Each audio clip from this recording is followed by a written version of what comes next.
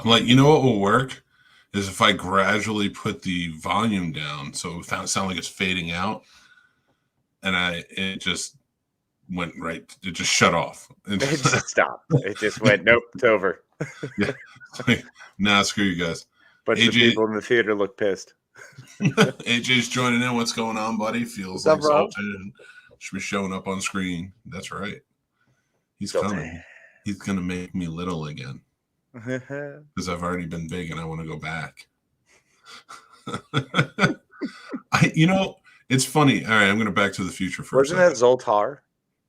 Oh, it was Zoltar. Who's Zoltan? Zoltan was the one from Dude, Where's My Car? Where they're like, Zoltan. You know what? That's a hell of a pull right there. I completely forgot that even exists. Not the movie. Right. The movie is. I don't think there will ever be a room in my mind that's not free to at least remember that movie exists.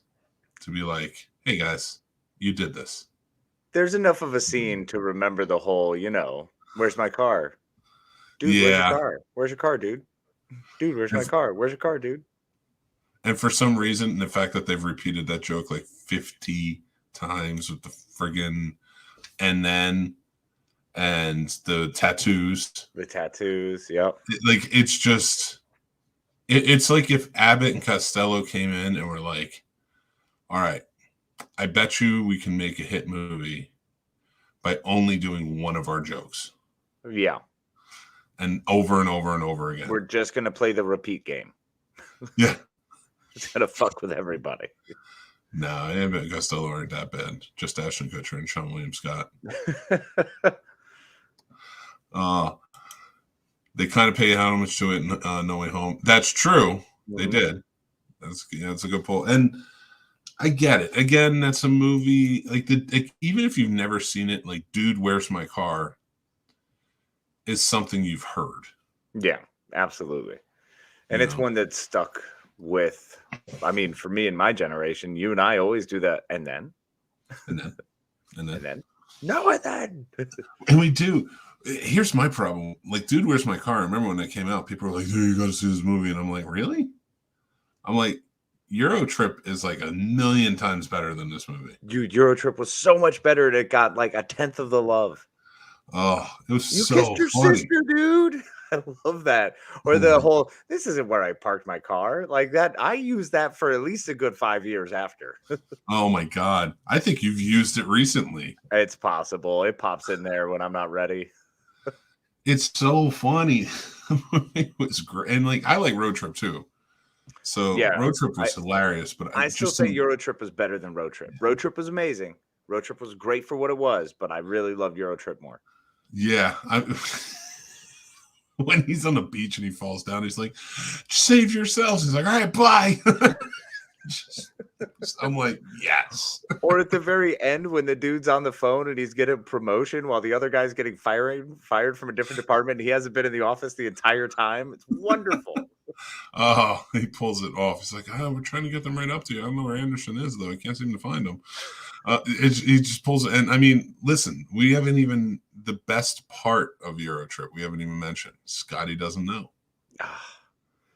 That Fiona and me do it in my van every Sunday. He thinks that she's at church, but she doesn't go. Still, she's on her knees, and Scotty doesn't know. Scotty doesn't know about you. Yeah, I love that song. Dude, It's and Matt so Damon. catchy. Come on, it's fucking Matt Damon. Matt Damon stepping in, and like he was just like just asked him. They were just like, I think this would be really funny if you did this, and he was like, okay. He's just like, all right, I'll do it. That's No awesome. problem. Radar's joining in. Radar, what's going on, my friend? AJ, he knows what's up. He knows what's up when it comes to Eurotrip. And the lovely Kathleen is here. Hi, Kathleen. What's going on? So we're talking about a bunch of different things today. I don't even remember. I do remember, but I don't remember. So I want to touch down on Peacemaker. I want to touch down on Mandalorian. Might as well be Mandalorian. You mean the better version that came out? The episode that actually like retconned and made the whole series better? The whole series better. And I want to get into that from there. I want to get a little more into sci-fi things that are coming out this year and what we're like kind of, amped up for. And I want to talk about Secret Wars. I think Secret Wars would be fun. I think because I have some theories and I want to run them by you. I bet you do. I want to hear them. And I figure we could also talk a little bit about the horror movies that are coming out this year that we're excited for. Yes. So see what everybody's up to this fine Sunday. Kathleen says, is it bad if I only join your lives for the ego boost of you guys saying nice things about me? Not at all. No, that's the whole point of this. That's all we want is the ego boost. Come on. You give them back. We give them to you. It's a beautiful thing. It's a trade-off. Oh, did my camera go off? Because I put up the card. Can you see the card? Yeah, we see the card. Oh, okay. Like I can see the card too, but if it's turning my camera off. Interesting. We shall see. I don't know. But I mean, it's not a big, as long as you can hear me, that's really what it comes down to. Oh, yeah, exactly. Those lovely dulcet tones. That's all that matters. So Peacemaker's like the number one show streaming right now. And I don't, it's as it should be. 100% as it should be. James Gunn has come through with a marvelous tale of an absurd side character that they managed to bring in with a glorious soundtrack and give a heart. They gave it a heart. They gave it a big, beautiful, honking heart that just makes you want to cuddle with it. And then after he made Guardians of the Galaxy, like Casey's talking about, he went on to make Guardians of the Galaxy 2. He went on to make Suicide Squad and now Peacemaker. Oh, wait, sorry. You were talking about Peacemaker. He does that. He does that. Let's face facts. He knows how to put a team together. It's what he's done the entire time, and he's done it really well. I mean, he did it in Sliver. He created a team in Sliver. He really did.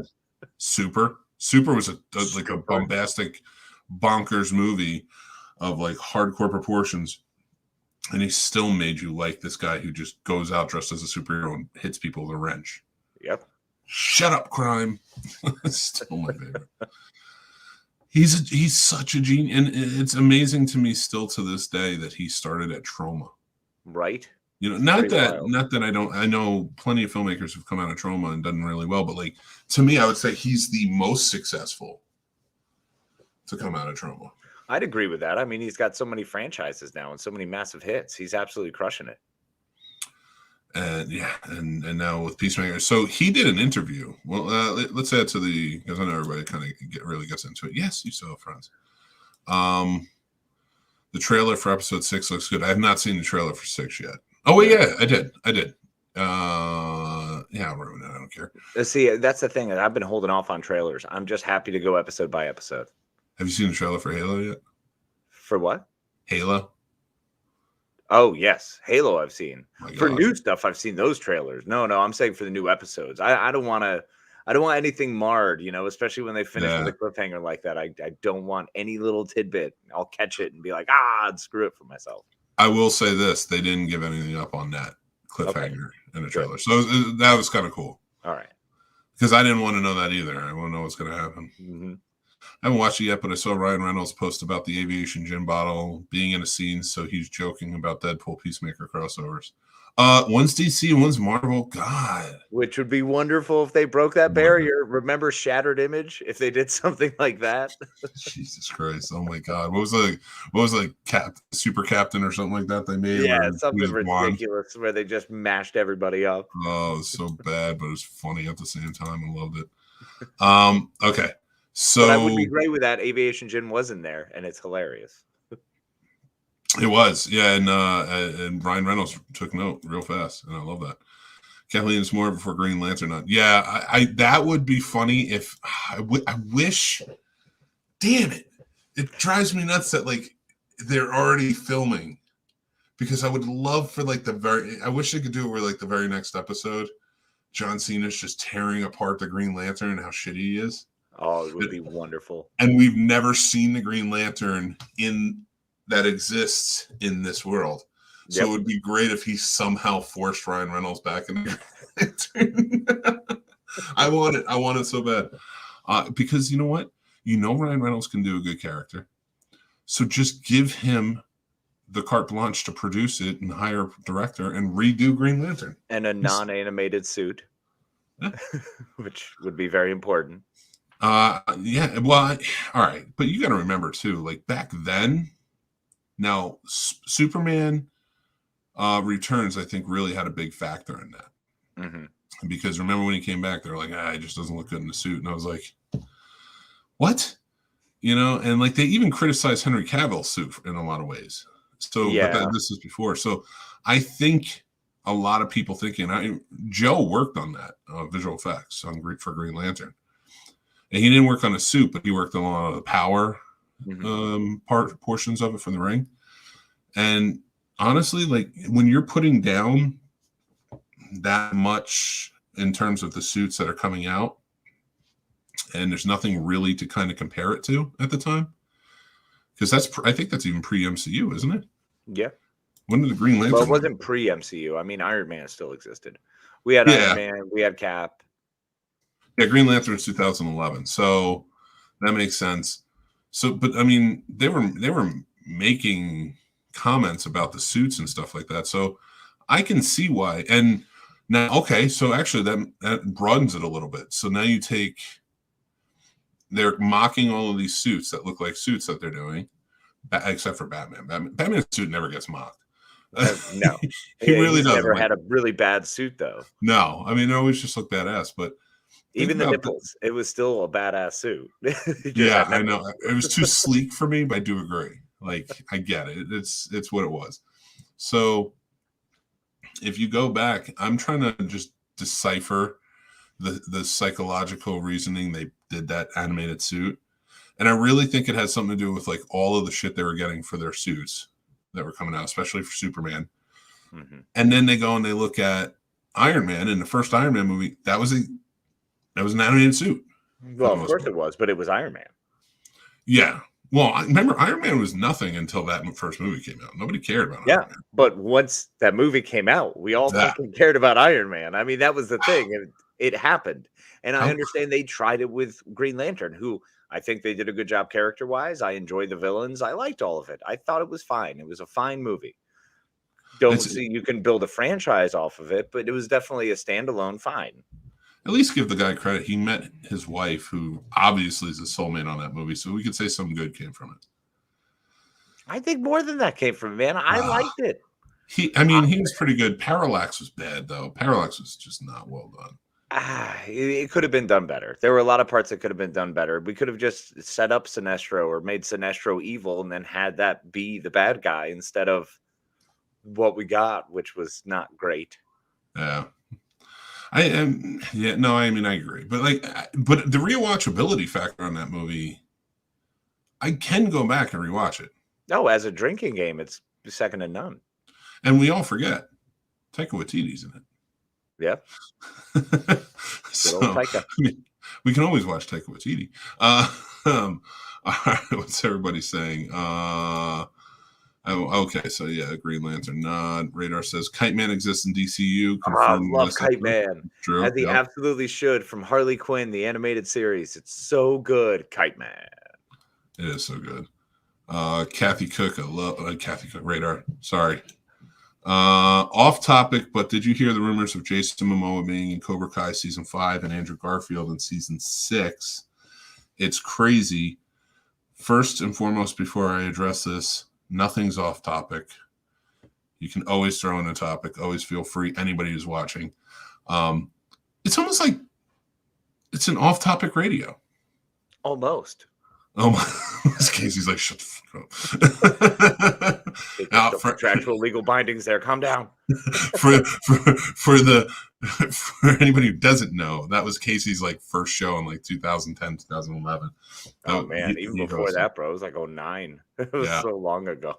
It was a long time ago. So yeah, he hosted an internet radio show called Off Topic Radio. So that's why I made the joke. But let me touch down on this in just a second. I want to finish the Iron Man talk. But the Iron Man suit looks like could physically exist on screen. No, and I agree. Mm-hmm. I think they went too far with it. And, it should have just been a suit. Mm-hmm. But I think that's what they would do now. But Ryan Reynolds is no stranger to doing a really bad version of a character and then coming back and doing a perfectly well done character when he has more clout. Yeah. So I wouldn't mind seeing it, honestly. Now, as far as Cobra Kai goes, these rumors is why would Jason Momoa be in it? Is Jason Momoa in like one of the originals? No, I think at this point they're trying to maybe turn it and bounce it into a different audience and just keep it going rather than having it stop. They, why not keep pushing it and start bringing new people in? Huge stars like that? Why not? I mean, think about who Jason Momoa and Andrew Garfield are. They're kids who were raised on that original Karate Kid, just like us. So I could totally see stars who were raised on it being like, "Oh, I want to be involved in that." I just don't know what the rumor is, so I can't really talk on it. Yeah, and I'm not sure where it's going to lend itself either. I think is the other thing because I haven't actually finished the season yet. So I've been caught up in my rewatch of The Expanse. I've got like 3 episodes left. I just wasn't really into it this year. For some reason, this season was not as big like the first 3 seasons I was all about. And this season, I'm not saying it's bad. I'm just such in an Expanse mindset, man. It's really hard for me to crack of anything else that isn't Expanse right now. Yeah, that's fair. I'm like 5 minutes into season 4, and I was like, all right, I got to watch football today. So I was like, I'm just gonna because I took time this weekend. I was like, turning off social media a bit. I'm gonna like just hang out with the kids and the wife and just chill. Nice. And so and it's so funny because whenever I decide to do that, people are just like, tell me more. I need to know answers to things. And it's like, nah, dude, chill. I got stuff to do. I mostly ignore a lot of messages and stuff unless they're unrelated to like work. Then I'll look them up. And then work meeting the scene snob stuff like that. Like Casey and I will talk about The Expanse or like Joe Loud and I were talking like before this just about comic books. Shit, yeah. I was like, and I told him, I was like, just join the Discord already. Let's have this conversation. Yeah, why doesn't Joe join the Discord? Why didn't Joe jump on this, man? This is where Joe should be on some Geek Fest, bro. This is not his thing. I know. He's just not really into it, but I get it. He's an introvert at heart, but like when he can get into those conversations, though, like he was like, "Give me some essential Spider-Man traits to pick up," and I'm like, "Where do I start?" So I just threw some stuff his way. But I will say to everybody watching, please hit that like button. It really helps us in the algorithms. And if you like the channel, make sure to subscribe. Keep watching The Expanse. Yeah, AJ's. I haven't watched The Expanse yet, so I'm not in the loop. All right, we'll leave. We'll leave The Expanse talk alone because we went hard on Friday. We did. We already have covered our fill. Yeah. And I feel like people don't watch the show if they've never seen The Expanse. So leave it alone. But when you see The Expanse, we'll talk about it. I'm going to start an Expanse channel on the Discord just to talk about The Expanse. Should do it. We should do a 20-minute show every week where all we do is just rave about how wonderful that show is and our favorite characters. That's it. Listen, that ain't happening. I can't do another show. When you're done, it will. That'll be Geek Fest Live. 30 minutes before we go live, we'll just record that. Dude, it's so good. But for me, like going forward, and we were kind of talking about, I don't know what's going on with Cobra Kai. I have to read up on the, so AJ, if you want to, I haven't seen that. Throw out the rumors. I'm happy to hear it, but I don't really know what's happening. I wouldn't even know why they would join. I feel like Andrew Garfield's going to have his hands full soon. Yeah, people want an Andrew Garfield Spider-Man movie. Of course they do. And I think he's going to be a Morbius. I truly. He's the only one who didn't get a third, and he deserves a third. I loved his Spider-Man. How weird is that? That he's the only one who didn't get a third, And then they're going to have Tom Holland come right back for fourth. Right. I feel like I think he's going to be in Morbius. I think he's going to get his own movie. And let's just get into, before we get into Boba Fett and all that stuff, let's jump right into Secret Wars and their rumors. Okay, let's do it. So Secret Wars has not been officially announced, but it is hardcore alluding that Secret Wars is going to be the next big, huge event in the Avengers world. And that's what they're building to. And they're talking anywhere between 3 and 5 movies. And that's just 3 and 5 Avengers movies that are on the same level as like Infinity War Endgame. Yeah. And if you do Secret Wars, you're going to have to do something that huge. There's no way around it. So and I think I know that they are building to it. And I think we've already started seeing it. And what it's going to be is they're already building factions. We got a lot more team ups than we've seen in the past. And I think we're going to see a lot more going forward. Agreed. So, like, you have the Spider-Man ones. Now they're talking about Spider-Man 4. There's heavy rumors that Miles Morales can be introduced in Spider-Man 4. And because Tom Holland's Spider-Man will be a little bit older, he'll be mentoring him a little bit more. They'll be bonding. And that's how you're going to get the origin of the Spider-Bite. Because we don't have one for Tom Holland. So it'll be interesting to see how that plays out. He's already been introduced because the Prowler's been introduced. And then you have them kind of go around and kind of create that spider faction. And because they've already said that, heavily rumored that if they do a Secret Wars, we might see Andrew Garfield and Tobey Maguire come back. And these are just sources that are coming out, but they're usually pretty well. If you follow them, like they kind of know what they're talking about, and they've been right in the past. Then we're going to get Fantastic Four introduced. We're going to get X-Men introduced, all that stuff. We'll see the Illuminati. We'll see all that stuff. But I think they've already been building. So if we're getting America Chavez, we're getting Doctor Strange, we're getting the hell's her name, Scarlet Witch. I think there's your Magic faction. You're going to have more of a Magic faction there. I think with the introduction of Black Knight and Blade being at the end of the Eternals, talking to Black Knight, and Moon Knight coming, that's going to be your supernatural faction. So excited for Moon Knight. Well, we also have Ghost Rider. We've already been introduced to the Hand. So there's a whole side over there that we've seen from the Hell's Kitchen faction. So we are aware of that. And I think this is just tying in a bunch of pieces. Because you're also going to have all your PIM people working with probably most of your armored people. Yeah, I mean, because now they are going to have Armor Wars. And Rhodey's going to be running that one. And I could see him piecing together a team at the end of the day. Absolutely. So we're supposed to have Armored Heart. Isn't Armored Heart supposed to be coming around soon? Ironheart? Yeah. Ironheart. Yeah, Riri Williams probably should be introduced and probably will be in Armor Wars. And I think that's when we're going to see the return of Edith as well.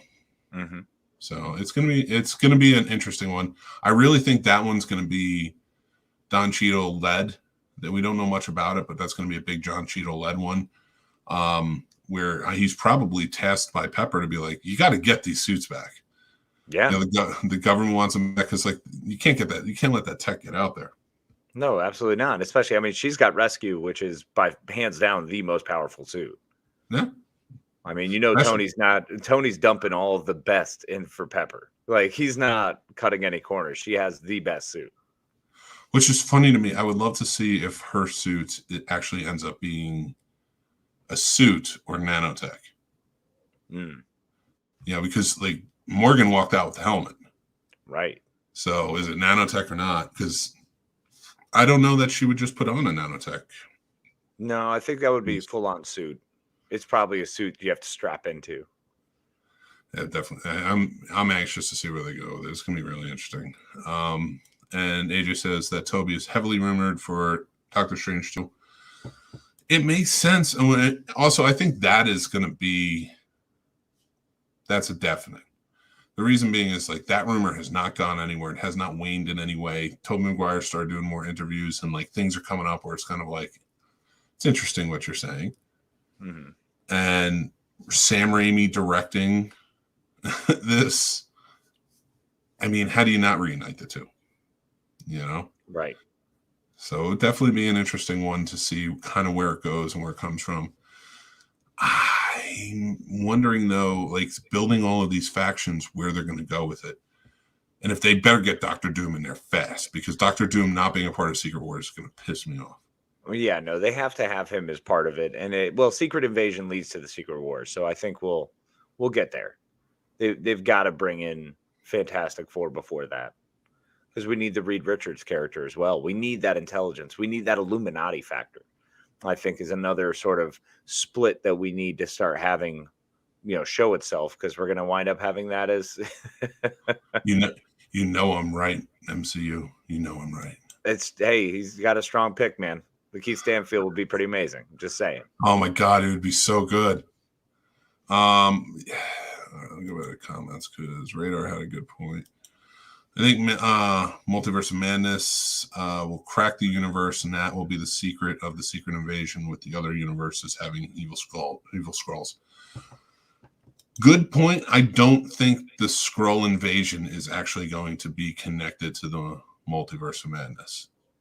I think all of the things that are happening outside of the multiverse, like the Eternals, the Guardians of the Galaxy, Thor: Love and Thunder, Moon Knight, even like Black Knight, Blade, things like that, like they're outside of what's going on in the multiverse. I think the multiverse is setting up the bigger world of Secret Wars is coming, but everything else is going to handle other elements and is just world building into teams. We have the Eternals. They're going to be a team that is probably representing the cosmos side of things. You're going to have all of these factions come in. So when you say Secret Invasion, I think that's going to be a completely different thing. I think that's just going to I think that's going to be the next big event, like Winter Soldier was, or Civil War. And then when it gets to the time for like the Avengers level, you're going to have one movie that kind of like an Age of Ultron kind of pushes things forward, and then leads to like maybe 2 or 3 other movies that are the Secret Wars and has everybody and everything. Do you think Quantumania does that? Do you think Quantumania is the spark point that sets to the next series of Avengers level movies? I think so, because Kang is heavily rumored to be the main villain in Quantumania. And you can add a MODOK, you can add other characters, but when Kang shows up, I think Secret Wars is going to be Kang's way of bringing the multiverse back together. Because we see it in such disarray and where it's going. And we're going to find out the Scarlet Witch has way more to do with this down the line. Well, she's got the Darkhold now. So, I mean, she is literally the most powerful being the most powerful witch using the red and having the Darkhold. So she's just like above and beyond magic users, to the point where Strange probably can't even read her mind to understand or see that she's been doing all the shit she's been doing behind the scenes. But I think it's going to get even bigger than that, because if you line up, and they've shown this, like if you line up when Kang is talking to Sylvie and Loki, and the entire multiverse just completely breaks and starts branching, it times perfectly with the exact time that she becomes Scarlet Witch. So I think that was a window, like an Easter egg that was, and a window into what's coming. And here, this is a long way off. But this is what I think. I think we're going to get Secret Wars. I think it's going to be huge. I think she's going to be a main player in Secret Wars. And what's going to happen? Instead of no more mutants, no more super beings. And that's going to lead to sort of a House of M. Yeah, I could see a House of M play there. That's interesting. That's a very interesting play. I don't know if it's going to happen. Listen, this is just how my brain works. I'd just be curious to see how that would play out. I think is what I'm kind of going on. Is I don't know what that leaves the door open for. And we're talking like that's phase 5. We're in phase 4 right now. Like that's gonna lead to phase 5 or even past. I don't even know how long it's gonna be before we get the first Avengers movie. True. And that could be a while off, but I'm telling you, we're getting the Marvels movie, which I think is going to lead to that's their faction and stuff like that. That just, of course, it's going to have all these things kind of come about, but where it goes, it's so interesting right now. Radar says, I think the X-Men will officially be introduced fully after X-Men 97 because of the way they ended the comic series based off the cartoon originally. That would be awesome because then you have it fully set. Yeah, and they can play with costuming on that cartoon and such and kind of update it and stuff like that. John, what's up, John? Hi, John. If Moon Knight's origin goes back to Egypt in the MCU, as it does in the comics, could we maybe see a glimpse of Apocalypse in this series? I think, if anything, it will be an Easter egg glimpse. Yeah, it would be something where they just happen upon a helmet that has the A on it as they walk past. You know, something along, maybe in the hieroglyphs. Maybe they'll find something in a wall of hieroglyphs. Like, it'll be something along those lines, which would be good, though, because that alludes to opening the door for the mutants. And that's all I want. I just want mutants, man. I think that would be perfect, honestly, if they did it that way. Since she's going to be at MIT, will Ironheart interact with MJ and Ned? I hope so. That would be really interesting. I really hope so, because I want to see that. I want as much connection and I want everything tied together as tightly as possible. And Marvel's been doing that. So they might give us Ned. Maybe not MJ, but Ned.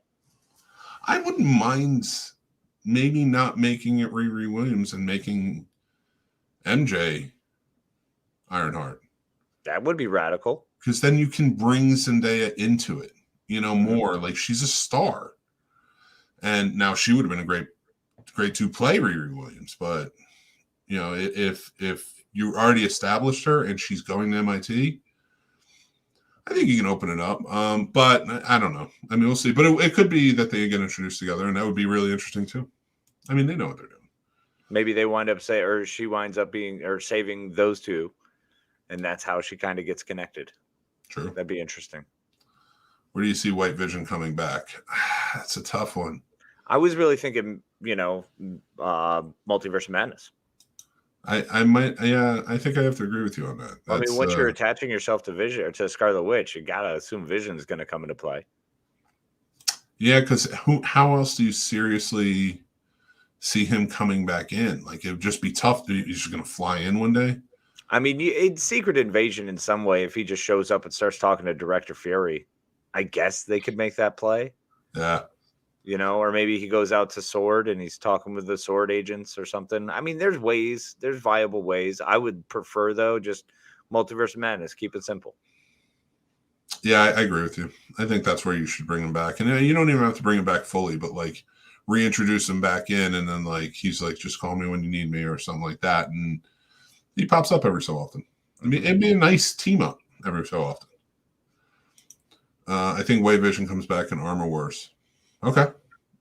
I could see Armor Wars. That would be pretty neat. Tell John to go to sleep. He has to be responsible tomorrow. Don't do it. I'm not getting in the middle of anything spousal. He'll tell you. No. I love you guys, though. And John, you're a grown-ass man who can do whatever you want. And Kathleen, you're a grown-ass woman who can tell him whatever you want. Yeah, I mean... Love you guys. Yeah, you guys live your best lives. That's all I'll say. You know what? Just everybody get up in the morning. Trust me. And then one day, you won't have to. Trust me. I'm just finding it now. Like literally, like in the last couple of months, like finally being able to not be woken up in the morning, or in the ass crack of night, But yeah, it's just something you got to deal with until they're like 5 or 6. That's what it is. We love you too. Thank you. And of course, Ivan Drago comes back in. Ivan Drago wants us to fight bots. That's what he wants. I'm telling you, it's Asimov coming through. It's what it is. They're learning. Yeah, so when it comes to Secret Wars, I think we're going to get this big, huge thing, and it's building up nicely. Like, I just don't think people see the blueprint yet. Well, it's a difficult blueprint to follow because people are. It's Secret Invasion is a confusing one until it's spoon fed to you, because it's literally little pieces that you don't realize are little pieces until all of a sudden you go, holy shnikes, all that adds up. Yeah. So that's the beauty of Secret Invasion. That's why I liked it so much. And then it goes to Secret Wars, which really just puts characters on their heads. It really gets more into a character focus because you have Peter Parker going almost evil, because you have Doctor Doom being a good guy. Like, I mean, you have all of these bits and pieces that come out of Secret Wars that were more character focused, whereas Secret Invasion is just, holy shit, everything you thought you knew was true was lies, which they did really well with Captain America Winter Soldier, with Hydra exposing itself, you know? Yeah, and I think that's going to be very much on the level there, too. And, you know, we'll see who Emilia Clarke's character comes into play as. And how it all Other dragons? Yeah. Oh my God. Can you remember Skrull dragons? What? Why are you doing this to me? Before we so we're talking about Secret Wars and just kind of like speculating on rumors, stuff like that. So if you guys have any, throw them out our way. We'd love to hear them. But I do want to get into this last week's episode of Boba Fett, which we didn't talk about on the Scene Snobs podcast. And so I'm glad I have you here to discuss it. So, well, actually, AJ just threw something up. So the thing is, people hear about Secret Wars and immediately want Venom. They want Fantastic Four, Doom, mutants. We will get there before Secret Wars. Mm-hmm. Oh, absolutely. 100%. Like, I'm not I know it's going to be set up. All these movies coming out are going to set it up. And I do think that Tom Hardy's Venom is coming back for Secret Wars. And everybody was kind of disappointed how he went away as fast as he came in to Spider-Man. But we're going to get Black Suit Spider-Man. Mm-hmm. And we're going to get Venom coming into the Secret Wars. And I think we're going to have a whole faction of Spider-Verse people. Yep. So it'll be interesting. But so Boba Fett, so overall for you, Case, how do you feel about the Boba Fett TV show? It is very plotting, slow, and boring. I unfortunately don't have much great things to say about it. I think all the characters are doing fantastic. I will say that. The acting is great. The characters are wonderful. I have zero negative things to say about any of them. Even the weird Hutt twins. Like, I like it all. I'm enjoying it because it really is Star Wars, man. It's bringing me back to episode 6, and it's right where I'm happy. I loved episode 6. So it's wonderful. I do have an issue with them going with that sort of there's a Clint Eastwood character I can't seem to tie it to right now.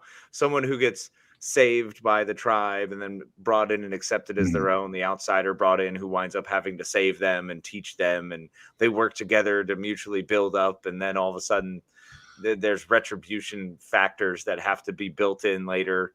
I don't know, man. It was very formulaic and plotting, and for Robert Rodriguez, I was not impressed. Yeah, especially for Robert Rodriguez and Jon Favreau. He wrote a lot of them. Yeah, I mean, they're in there in the writer's room, and for some reason, it just came across as very bland. Well, I think at that point, all right, this might be a little controversial to say, but I think they're putting a lot of their focus on Obi-Wan. Yeah. And I think that's where a lot of the creativity is coming into play. And Boba Fett has been like, hey, this is fan service because we introduced him in Mandalorian. Mm-hmm. And let's face facts. When Mandalorian came out, everybody's like, are we going to see Boba Fett? Are we going to see Boba Fett? When are we going to see Boba Fett? Until like 2 episodes in, you're like, this is the greatest show of all time. And I don't give a shit if we see Boba Fett or anybody else. That's just that's pretty much how that's exactly what happened. And so now all I want is Mandalorian. I was like, I want Obi-Wan. Don't get me wrong. He's my favorite character. So I am down for Obi-Wan. But like, I know Mandalorian's good. I know Mandalorian's just going to be so good. And I can't wait for season 3 because there's so much story there. Mm-hmm. But so we're going through this whole thing. The flashbacks I didn't think were terrible. The whole Dances with Wolves thing. explains how he was Avatar, such. whatever else you want to fucking call it. Dancing with Wolves, any of them. Yeah. The Mission. Pocahontas. Pocahontas. If you wanted to think about it from the perspective of when we first see Boba Fett on Mandalorian, he's a hell of a fighter. Yep. But Boba Fett wasn't really that like agile a fighter in the original movies. Granted, he didn't really get his time to shine, but we didn't see him, and that was the whole point. Is he got to be this blank slate that you could imprint your badassdom upon, your own thoughts. And then when they did there were a couple books, there were some graphic novels. They did quite a few things with Boba Fett that made you go, "This guy's just amazing." And then in Mandalorian, he gets his armor, and what does he do? Dude shines. I mean, he drops to a knee and blows dudes away with his knee cannons. It's freaking great. And then he's in the middle of a fight in his own series, and he's in town, and he gets surrounded by shields, and the dude with the jetpack can't figure out how to get over the dudes with shields. I'm sorry, but they just have so many inconsistencies. They nerfed his capability and continue to push him down, and it's like, why? What are you doing? Why do we have a cyborg hoverboard biker gang? What is that crap? Like, there were just so many weak parts to this that I don't like. So that's just world building, I guess. But you're right. Fuck that. No, because Mando did a great job world building, and that fucker always got his ass beat. Well, I agree. I agree, but world building within Tatooine only because we're staying here. I get it. He's been here the whole time. Like, whereas Mandalorian, every week he's in a different planet, like helping somebody else. Like, he has that like freedom to go out, and with this, they're trying to build to a war because it's Star Wars, not Star Trek. No, you mean way better. I love Star Trek, you know that. But you do have to have a war, and Tatooine, and I really think by the end of this, Boba Fett should lose power. I think the book of Boba Fett needs to move on from Tatooine. I like the idea of him actually consolidating power. I'm fine with it. I'm fine with what their end game is here. I'm fine with what they're going for. I just have been bored. Unfortunately, it's just not what I was hoping for. And at the same token, Mandalorian was so great that it's really hard to try to follow up with something like that. And then when you have an episode 5, directed by Bryce Dallas Howard, who crushes it, by the way, does a fantastic job. Oh, nice. There you go. She was amazing. And this whole Mandalorian sequence is perfect. I mean, they're even doing fan service of a dude who only came out like 4 years ago, with him opening with, "I could take you in warm or I could take you in cold." It's like, here we go again. It's just wonderful having him be back and have Din Djarin we're in his life again. And he gets into some shit, man. Like, we see him go back to his sect. He finds his coven. And I like that he's having a hard time wielding the Blacksaber. Yeah. He can't figure it out. And that's the funny thing. Like, this one episode that was just Mandalorian based showed us so much more character development for the Mandalorian, which is going on season 3, that we got more character development than we have throughout all of Boba Fett. Because Boba Fett isn't going to develop beyond Boba Fett. You know what I'm saying? Boba Fett has been what we have created for 40 fucking years in our minds. It is really hard to try to grab a character like that and then give them story. So seeing him in Mandalorian is great because we get to see the older, out of shape Mando or Boba be a badass still, and just be like, "Nah, I'm not even messing with this. I got knee cannons," and just blast them. Like, that's fantastic. That's what I want to see. That's who is believable middle-aged Boba Fett. This guy that we're following right now, it bothers me, man. It's not as good. Yeah, I don't think his character is, because I don't have any I know Boba Fett. I've read the books, read the comics, and when they threw all that stuff out, I was like, all right, it's all new anyway. Yeah. And they've tried to expound upon it, in the new canon. But I was just kind of like, all right, I'm leaving it open, because unlike most people, Boba Fett wasn't one of my favorite characters, because to me, I saw him for exactly what he was. He was a bounty hunter. that Yeah, kind of showed up. And he like was a villain. I He was love a the lore. scummy villain who fricking did nothing and just stole Han Solo. Yeah. And here's what ruined it for me was you hear, especially the books, did such a great job building the Mandalorians that you were like, I want to know more. I want to know more. And then the prequel shows you he's not a Mandalorian. Yep. And then the books built up his whole story with the Mandalorians. Being a king of Mandalore, yep.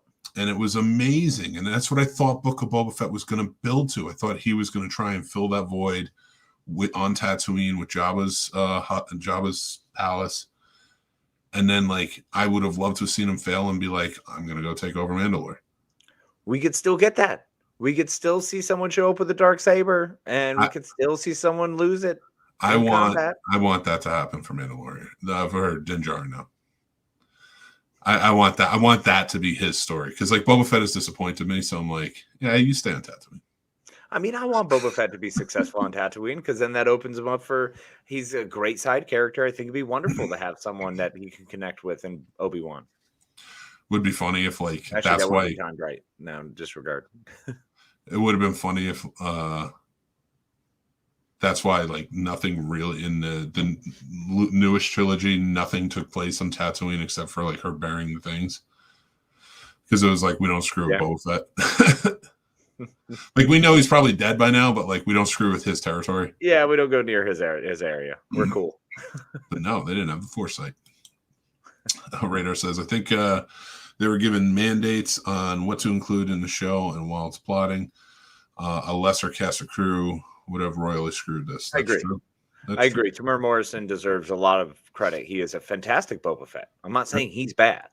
And that's the bummer of it. I love Fennec Shan. I'm a huge fan of Ming-Na Wen, and Fennec Shan is just a freaking cool character. And even that's still like, come on, just a little more.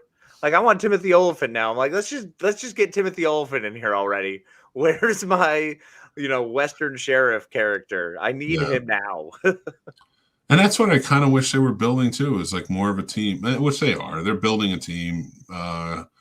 Chrysanthemum's going to come back, and there's going to be a lot to it. And Black Chrysanthemum was great, man. He was really cool. I dug him. Yeah, Aegis is the same thing. I don't know that I need a Wookiee spinoff. I would like him to be a part of this world, and maybe the world get better. Yeah, agreed. Is just kind of where I'm at.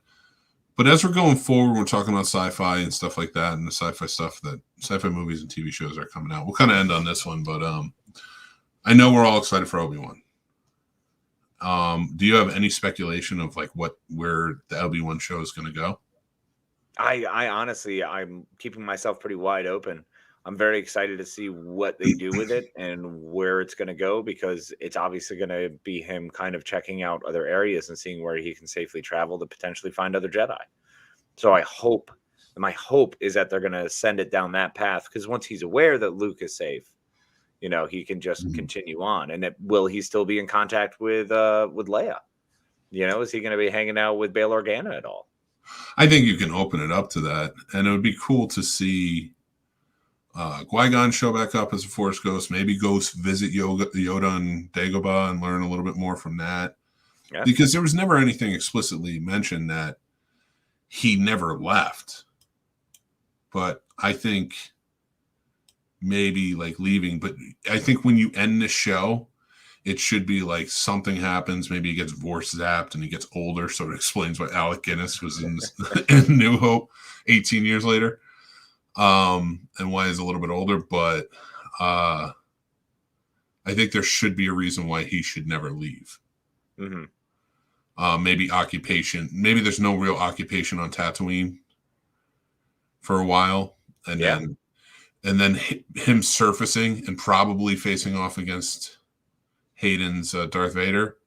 That's possible. Starts making them think like, Tatooine he's probably on Tatooine. So that would explain the increase in presence. I mean, Tatooine is off grid. It's run by the Hutts, so you don't have much going on there. It'd be interesting to see what he does. I mean, maybe Black Sun is more involved there. So maybe we do get our Darth Maul battle because he's finding it the bits and pieces that are helping him take down this criminal empire. It would be interesting. Yeah, so Darth Maul cameo, please. I would love one, but that Rebels fight scene with them was beautifully done. It was. It was so well done, so well, and like watching the breakdowns on that fight scene alone, and those Jedi heads who are really like, this is why he attacks this way, because the first time he meets Darth Maul overpowered Qui-Gon with this move, so he countered with this that he learned here, and it was like, it was one shot. It was one shot. Like, oh, but that was Obi-Wan. Obi-Wan was so smart. Obi-Wan died in New Hope because Obi-Wan knew he needed to. Yep, because he was able to already meet up with Qui-Gon and realize that learning from that means more. I mean, Yoda already alludes to it, so we know he's going to get Qui-Gon. We know we're going to have some kind of Qui-Gon interaction. Yeah, which is vital because I want to see that. And he's got to learn that trick, that process of how to become one with the Force, so he can become more powerful because now he's everywhere. Now he's not just one person. Now he's with the Force. So he's able to give all of his advice, which we all know that, teaching is one of the strongest things to do. I'm so in for whatever they have in store. It's just going to be so good. Wherever they take it's going to be exciting. They were like, here, Robert, you run with Boba Fett. Just let us know how we go. Jon Favreau was like, I'll help him out.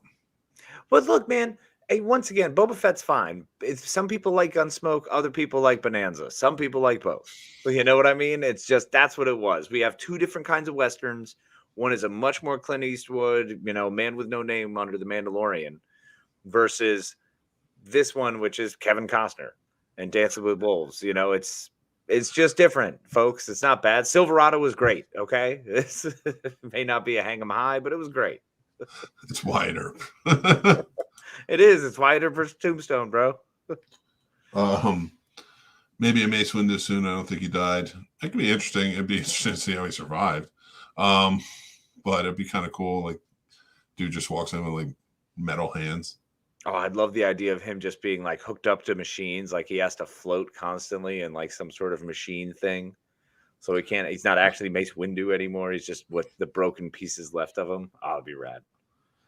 Yeah, I think if you get him, and because Samuel's so much older now, have him aged that way and beat up, and he's just maybe trains Obi-Wan.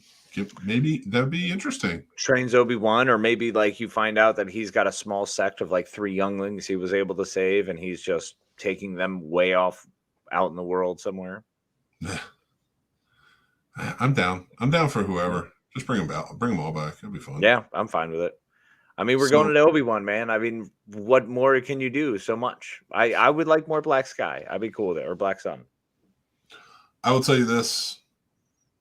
One sci-fi show that I'm very much heavily anticipating is the Orville season 3. Oh, buddy. I could not be more excited. It comes out March, I believe. Yep. And I am amped. That is by far one of my top picks for this year. Yeah. I've been waiting, 3 years for a new Orville season?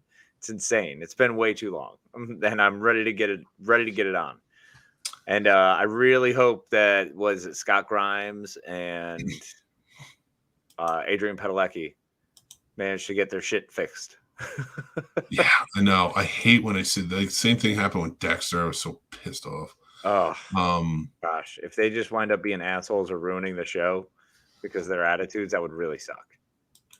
I hate that stuff. I really do. It pisses me off. Only because it ruins the show. And it's like, you have a fan base. You want to work. You love the show. You're ruining it because you're like, hey, we're going to get married. Listen, if you've known each other for like 3 weeks and you're like, let's get married, we're in love, it's not going to work if you're celebrities. Nope. It hasn't yet, and it won't. No. I don't even want to. We should get in on the other show on the Scene Snobs podcast. Like, how many celebrity marriages worked? Just go with that. I mean, that'd be a quick show. We don't have many to do. Snowpiercer, I have not. I've seen the movie. I have not watched the show. I've heard very good things, but I've heard good things, but I'm not interested. I'm not. I mean, I tried to watch it. I did watch a couple episodes. The acting is great. The story is cool. I get it. It's just not one that I want to follow. That's one I think will be a mood thing. I may give it a try one day, but like The Expanse had to be a mood thing for me. I know. Yep. And I'm in. I'm 100% in. I'm going to be hard pressed to find anything that's as good as The Expanse. Told you. You did. Fucking told you. You did. I believed you. I just refused to talk about that movie with certain people or that show with certain people. So I get it, bro. So now I'm here and like all we do is like we'll message each other and just be like, God damn, Holden did this. Like, what's happening here? And it's like that's fun. That's fun. I love that shit. Mm-hmm. New season of Discovery is going to be really good. I don't care Discovery. About Discovery, man. I quit after 2. I get it. I completely got it because I didn't really care for 2. End of 2, I was like, what are we doing? We're time traveling now, yada, blah, blah. 3 is better because it's Star Trek in the future. So you have one ship that has the principles of Starfleet going 300 years into the future. And it's like, oh, Federation is like almost done. It's not the Federation you remember. So it's like this group bringing back the Federation. And it's really good.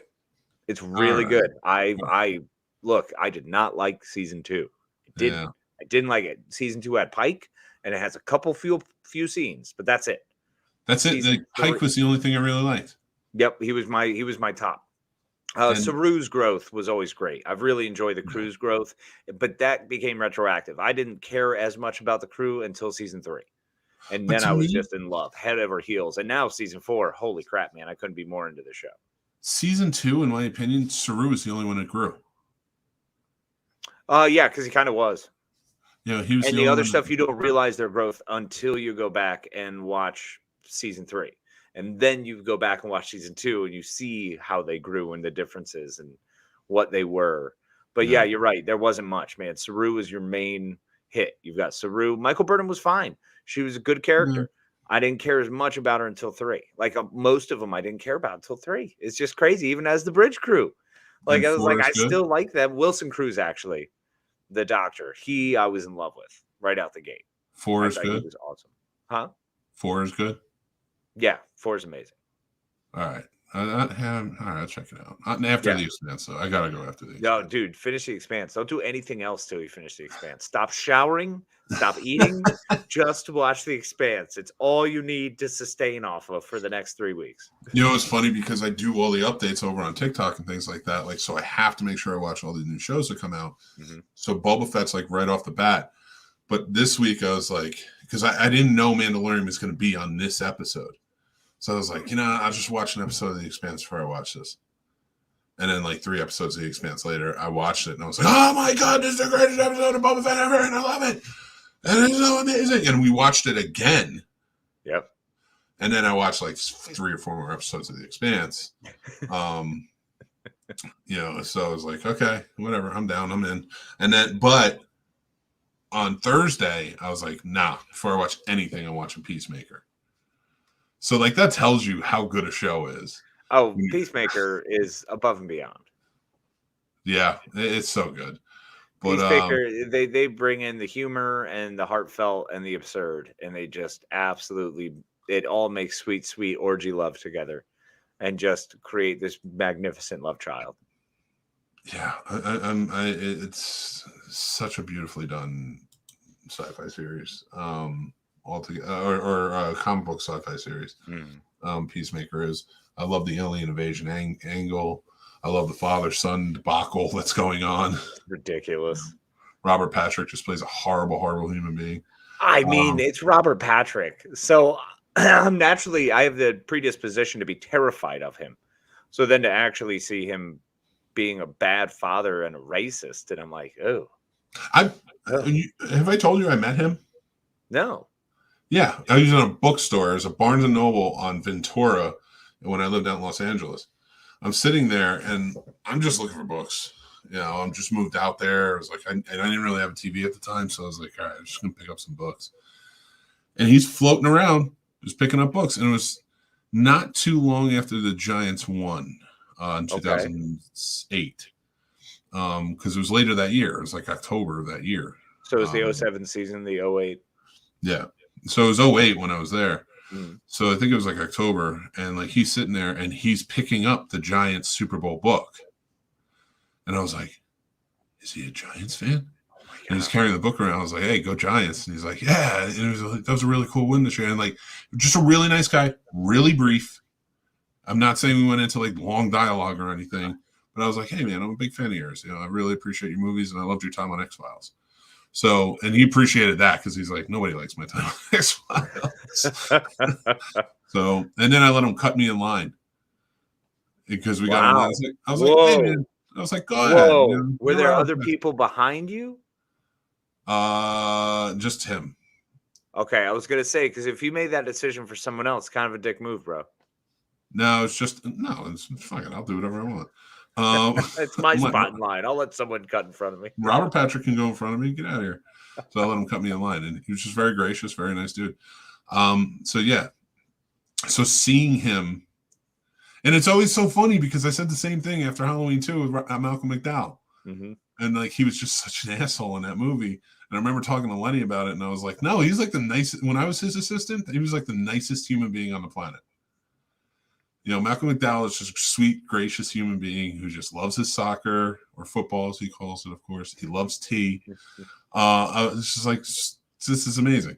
So I love. So he's like super British. Yeah. Like the British guy is real British. Like when I met Nicholson, every character he's ever played that's an asshole, I was like, I can see it. I was like, I can see it. But he was really nice. He was a nice guy, and he shook my hand. He was really sweet. But I was like, but I can see it. like Malcolm McDowell was like, I don't know that I could see him be a bad guy anymore.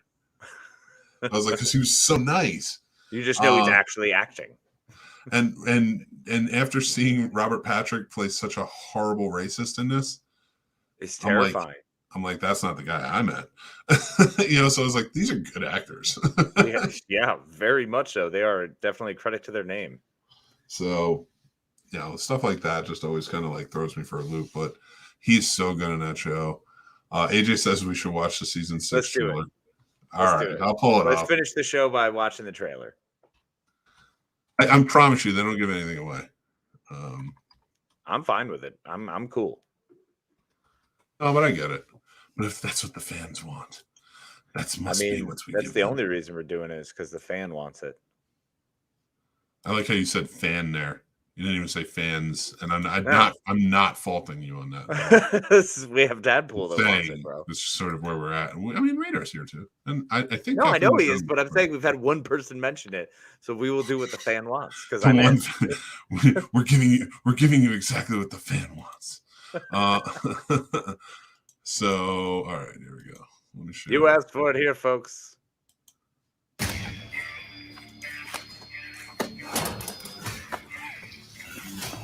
Fuck. See you soon. Where to, boss? I'm gonna do something I should have done a long time ago. What's that? Kill my son. Dude, you still have that thing? Yeah. What is Goff doing? Cutting a fucking hole in it. What the fuck? Get the troops together. Let's go get Peacemaker.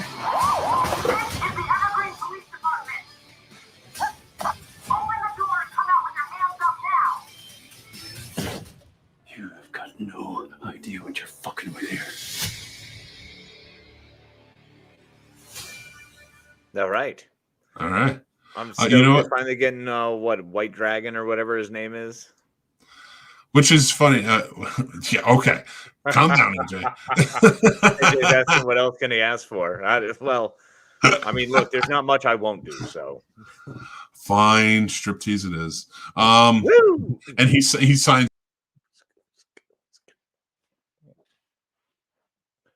I'm stuck. I got. Hold on. I just need to stop playing with the mouse. I was like, wait, did you know that I was gone? Right. Are you still stripteasing? I tried. Did you see that I got kicked out? No, I thought you just left. I hit the wrong button. It kicked me out. And you're just stripteasing the whole time. I thought you just left so I could striptease. I thought it was like a whole thing. I thought you were just doing a shtick. I'm so glad that I have a partner on this show that's just like, yeah, all right. If you're gonna leave, I'll just do it. And nobody asked for it. Nobody asked us to striptease. That was our idea. They asked up here. One of the voices said, "Yeah, you should do a striptease." I didn't say they didn't want it. I said they didn't ask for it. All right. Radar even says nice. And we got the laughs. All right. Everybody show your nipples. So Jesus. It's actually the 9 chest hairs that's really funny. I have way more than that. It's terrible. I am a bear and like truthfully a bear. That's all I am. I'm a shaved bear. That's with the flat snout. Oh man. It's just me being in disguise the whole time. It's like, oh yeah, okay. Well, you know how I feel about bears. If I find out you're a secret fucking bear, we're gonna have problems. I hate to break this to you. I'm a secret fucking bear. Holy shit, you sneaky fucks. I knew it. I knew we were being infiltrated. I fucking knew it. The bears are infiltrating. It's like science fiction got it wrong. Aliens aren't doing it. It's the bears.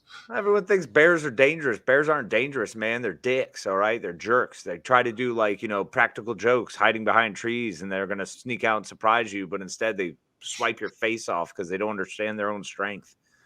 That's true. Don't go near a bear. Don't mess with bears, man. You are right, AJ. Howard Hesseman died today. It's very sad. Let's do a quick moment of silence. We'll do a quick 10 seconds. 1 Mississippi, 2 Mississippi, 3 Mississippi, 4 Mississippi, 5 Mississippi, 6 Mississippi, 7 Mississippi, 8 Mississippi, 9 Mississippi, 10 Mississippi. And welcome back to Cincinnati, WKRP. Live here from Cincinnati. Happy to have you with us and hope you enjoy the show. I feel like Johnny Fever would have appreciated that joke very much. And I loved Howard Hesseman. I loved him on Head of the Class. That was one of my favorite shows. Yep. Growing up. I was like, hey, a cool teacher. This happens. And, so I liked him on that. I loved WKRP in Cincinnati. Loved it. He was so good because he was the cool one. Mm-hmm. Yep. He's Johnny Fever. He's the burnout. Johnny Fever, baby. But I was always a big fan of like Taxi and shows like that cusp of shows in the late 70s, early 80s was just so good and so blue collar. I just thought it was always just so funny. Perfect, Police Academy. He was fantastic in Police Academy. Clue. Yep. He always popped up. He was a great, great, great character actor. And we've lost so many people. I would do a whole episode where I just played Meatloaf if I could. If it didn't because I love and along with that, I would just sing. I'd be sitting here, just right? No Coupe de Ville, the bottom of your Cracker Jack box. Oh my God. Never gonna love you. Don't be. I can't do it. I know. I'm gonna get sued. I want you, need you, but there ain't no way I'm ever gonna love you. Don't be sad. Don't be sad. 'Cause baby, 2 out of 3 ain't bad. So good. Yeah. Such a great song. As God is my witness, I thought turkeys. Oh, that was drop a is great so one. funny. It still is, and I have to rewatch that episode every Thanksgiving. It's so funny. It was a good one. Well, WKRP, I think, was the first time I learned about those radio station events they would put on, where it's like to hold your hand on the car for a certain amount of time and all that. Like they were always pumping those out, and that's where I learned that those things actually happened. It wasn't much into listening to radio back in those days. We had cassettes. Yeah. So he showed up in so many great things, and he was so fantastic. And his characters were even inspirations. Characters kind of went on. But I always appreciated him, and who he was when he would show up. Like, because like he popped up later in life too. Like, that 70s show he popped on. 70s show. He was wonderful in that 70s show, man. He shows up as like the badass disc jockey for Donna. Yep. Yeah. Yep. I mean, yeah, he's basically just playing Johnny Fever, which would have been funny if they actually just called him that. Yeah. Yeah, I'm Johnny Fever. I just transferred over. I forgot his name on the show though, but he did a good job in that. But yeah, so our rest in peace, Howard Hesseman. You joined an elite crew of celebrities that have passed away too soon. Bob Saget, Louis Anderson, Betty White, Meatloaf, and so many more. And it sounds like the Snobbies in memoriam this year is going to be huge. Oh, you want to hear some funny news about the Snobbies? Yeah. I don't know that it's going to happen. What? We had a huge amount of submissions, right? Yeah. Now, mind you, it's only the 30th. Right. So the 15th, we still got 16 days left. Fine. But I have reached out to everybody who submitted back in December. And I said, here's the protocol of what you need to do by the 15th of February to be in contention. 3 people got back to me. So, and they got back to me, or like I sent this at like the first week of January. So, and 3 people have gotten back to me. So if by the 15th, I don't have all the shows I need, because a part of it was like, you have to send us a show from 2021 that you want us to rank. They don't come back by the 15th. Ain't gonna be no Snobbies. I will do Snobbies, but I will just do who we want to give out to. Well, we can do that too. Yeah. Right? Last year we were trying to be like legit. This year we do not need to be legit. We can be completely tyrannical about it. There are awards. Oh, did you not get it, AJ? I'll resend it to you, but I know a lot of people did get it because they did answer that, but they never sent anything back. But I can send it back to you. Well, refire them all. Try one more time. We still got days. We'll see what happens. I got a lot of things to do. I know you do.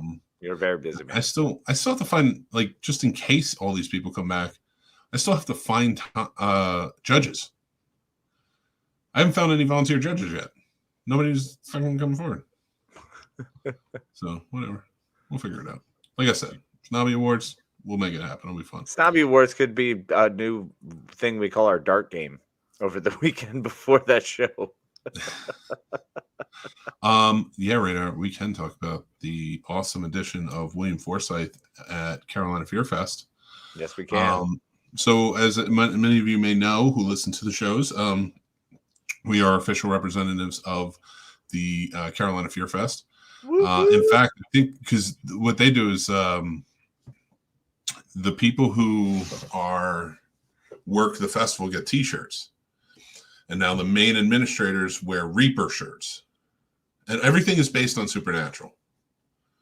So, because they are big fans of Supernatural, as am I. And so on the back of the shirts, either say Reaper, which are the administrators, they get the red shirts, or you get a black shirt and it says Demons. Well, us being official representatives, and we kind of fall in between, we are going to be Crossroad Demons. Yeah. I'm so excited for that because Crowley was the king of Crossroads. Yep. And I love it. So we're going to be doing it. We're going to be official representatives. Of course, we're going to be going live there. We're going to be playing games. We're going to be hosting panels. So if you guys can come out to the Carolina Fear Fest in Raleigh, North Carolina on Memorial Day weekend, you should, and hang out. Now, with that being said, they've already announced the great DJ Qualls, Clint Howard, and Jordan Ladd as guests. And today they officially announced that William Forsythe is going to be there. If you don't know what William Forsythe is, I feel bad for you because William Forsythe is amazing. Go watch American Media. Out for Justice, Halloween, Cold Pursuit, The Rock, Stone Cold, Gotti, Deuce Bigelow, Wake Up, The Devil's Rejects, Once Upon a Time in America, American Me, just to name a couple. Yeah, and that's literally just a small fraction. That is without even beginning to get to the list. That was the blurbs. Those he is, and anybody who's a horror fan, like if you watch Rob Zombie's Halloween movie, he was probably the funniest part of it. playing the biggest scumbag piece of shit in the world, was the stepfather. But oh yeah, that's right. He was Flat Top in Dick Tracy too. Oh hell yeah, man! That How was did I forget amazing. Good pull, radar. Oh my god. Oh, all right. I can't believe I'm going to tell the story, but all right. So any of you know our dear friend Len passed away last year in August. My best friend for 25 years. Casey was very close to him as well. He was a scene snob through and through. He hosted Behind the Box podcast with me. And when he was out, that show was off because I would never have done it without him. When we were in high school, he always said, you know, if I ever find out that I'm terminally ill, I'm going out and getting a PT Cruiser. I'm going to make Vinny drive, who's a mutual friend we grew up with. And he's like, I'm going out like Flat Top, hanging off the side of that thing. Yeah. And he always, and he had like a little Flat Top figurine, everything. He was like, I'm going out like that. And I always laughed because I knew he didn't mean it. But like, I'm like, damn, now I'm going to, and actually, this is not the first time I'm meeting William Forsythe. I met him years ago at Screamfest. Very, very, very, very nice guy. But now I kind of want to tell him that story and then just like surprise him and be like, and he died. I think you should. I think you should. And then be like, well, and unfortunately, he didn't go out like Flat Top. This is how he really went out. And then just walk away. And then just don't say anything. Just walk don't away. Say anything. Just, nope. Yeah. He always said he wanted to go, you know, if he ever found out he was terminally ill, he wanted to go out like that. He's like, oh, yeah, really? And like, I want him to be like, oh, how's he doing now? And it's just like, he died of cancer. And then walk away. And they just make it as, I will not do that. Of course not. No, you just stare off too in the moment. Just, well, he died of cancer. But just don't say anything because then he's wondering, he's like, well, did he do it? Roll out. Right. Like, did he do what you just told where's me? What's the story? I need that story. I love to go, but it's dry for me. I'm sorry, man. But, you know, if you can, that'd be great. But it's going to be a lot of fun. It is a blast of a whale of a time. So. And Radar says, make the drive worth it. In a PT Cruiser right on the side. Yes. No, but yeah, it's I can't waiting for it. And there's lots of, so we have the inside track. We are not allowed to say anything until they're announced, or we've got some awesome vendors that are going to be there and some amazing sponsors of the events that we're super excited to be able to like Scares for Cares. We can definitely bring them up. Yep. They're amazing. So we're going to have lots of fun, and there's going to be a lot of announcements coming out on who's going to be vending, all of the charitable organizations and such, the guests, the whole 9 yards. So it's going forward. It's going to be, we're going to get a lot more information, but yeah, it's William Forsythe is a get. Yeah. And it'll be very exciting to see who of us are going to be, like what panels we might be helping out with or maybe running. It's going to be fun. Just saying. There's not saying anything because we can't give anything away yet. There's a lot of stuff going on. It is going to be fun. I have a PT Cruiser signed by the owner of Christine. Why? That's rad. Run. That thing is haunted now. No, only if it was signed in blood. And if there's some symbols around it, Radar, you may want to kick that car. Radar, when have you started wearing a back brace? I need to know this. Just like that old man. Why do you always have salt around your car, buddy? Show me. It's just looking at the PT Cruiser. Show me. All right. Well, it is 11:18. It's getting late. We talked about a lot of stuff. We didn't get to the horror movie side of things, but we will. Make sure to tune in Tuesday night, 9 p.m. for the Scene Snobs podcast. We're going to be continuing the MCU talk a little bit. I'll let you know what's coming up in the next couple of days. But we're also going to have a very fun conversation with Casey about whether or not we should just like start ignoring Shakespeare. Yeah. See his eyes? It's going to be great. It's going to be a fun conversation then. It's going to be so much fun. Let's just drop it. So, and I'm going to I don't want it to happen here. So I'm just going to put on the thing real quick before Casey's head explodes because it's going to be great. We will talk to you guys later. Bye. Love you all. Be kind to each other.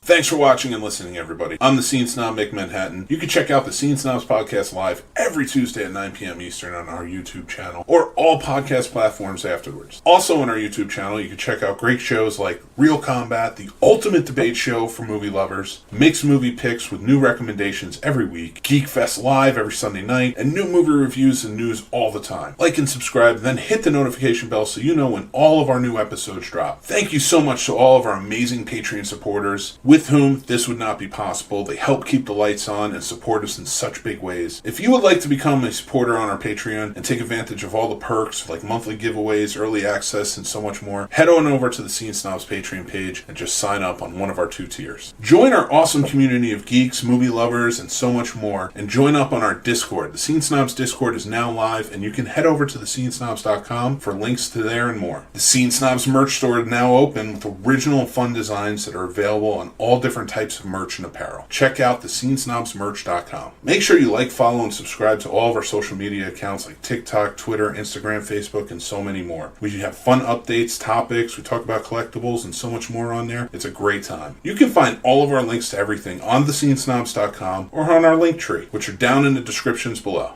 Thanks again, everyone. Stay tuned and stay geeky.